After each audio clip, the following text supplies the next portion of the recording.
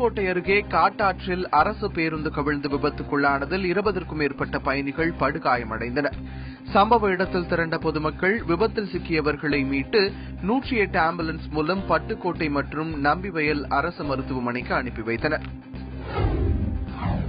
அரக்கோணம் அருகே குளத்தில் சிக்கிய ஆட்டை மீட்கச் சென்ற சுப்பிரமணி என்பவர் பரிதாபமாக உயிரிழந்தார். குளத்தில் சிக்கி உயிருக்கு போராடிய அவரை பொதுமக்களால் மீட்க முடியாததால் தீயணைப்புத்துறைக்கு தகவல் தெரிவித்தனர். அவர்களாலும் மீட்க முடியாததால் விரைந்து வந்த பேரிடர் மீட்புக் குழுவினர் 1 மணி நேரம் போராடி சுப்பிரமணியை சடலமாக மீட்டனர்.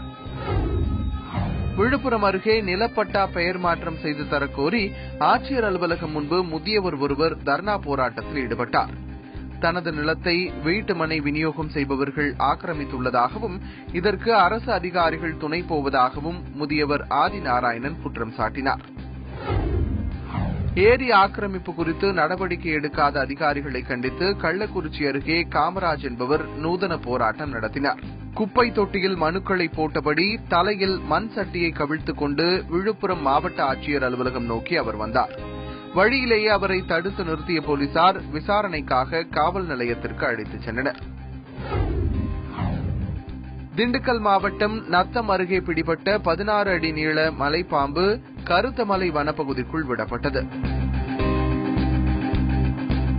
சைமன் என்பவருக்கு சொந்தமான தென்னந்தோப்பில் ஆட்டுக்குட்டியை பாதி விழுங்கிய நிலையில் கிடந்த மலைப்பாம்பை கண்ட பொதுமக்கள் தீயணைப்புத்துறைக்கு தகவல் தெரிவித்தனர்.